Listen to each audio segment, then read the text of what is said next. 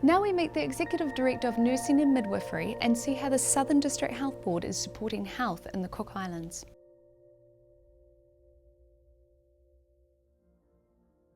I'm Leanne Samuel, I'm the Executive Director of Nursing and Midwifery for the DHB.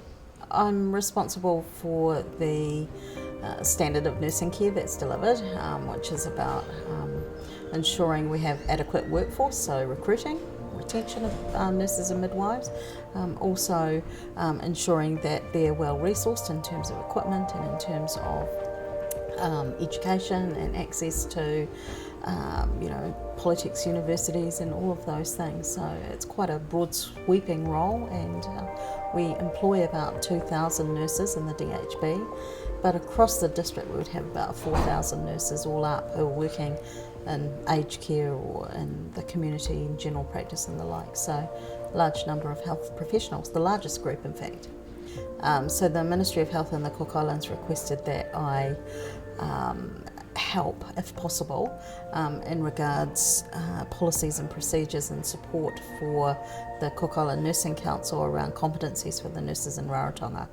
So I very much said, of course, we would assist and had the blessing of the CEO to do that.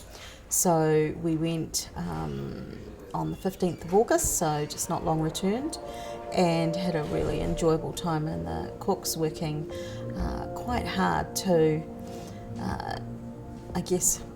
recart New Zealand type nursing policies and procedures to fit the Cook Island Health Service context.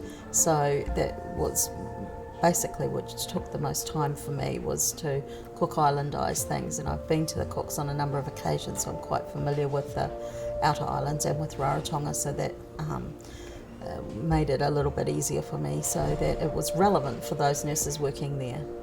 It's a different context altogether. They don't have the same level of funding, they don't have the same infrastructure, nor the same equipment as such, but the nursing cares are the same, and whereby we would use, say, digital blood pressure machines and digital equipment.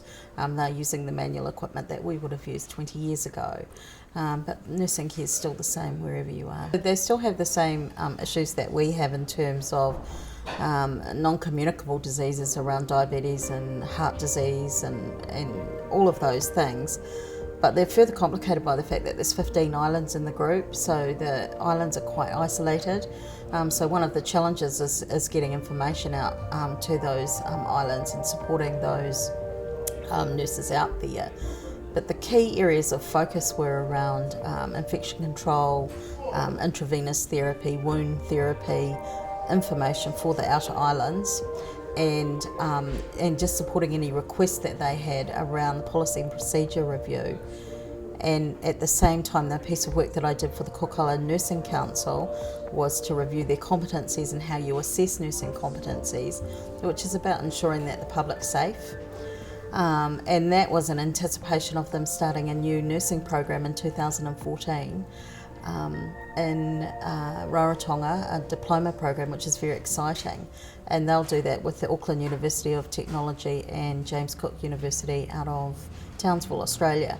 So they've got some quite exciting developments on the horizon, but they are reliant on other countries to support the work that they do, hence why we said we would support them. I think just having really strong networks around the Pacific and out of Australia and New Zealand, which they've got, and the surgical teams go in there and operate, and they'll bring surgeons and anaesthetists and nursing staff, other personnel. A lot of people go and volunteer, and it's about I guess from a resourcing perspective, there's going to be a worldwide shortage of nurses, so it's really important that we grow our own and that small island nations also grow their own, which is what they're planning to commence again in 2014. And they've been recruiting nurses across the Pacific, so out of Solomons and Fiji, and those countries also need to keep their nursing workforce as well.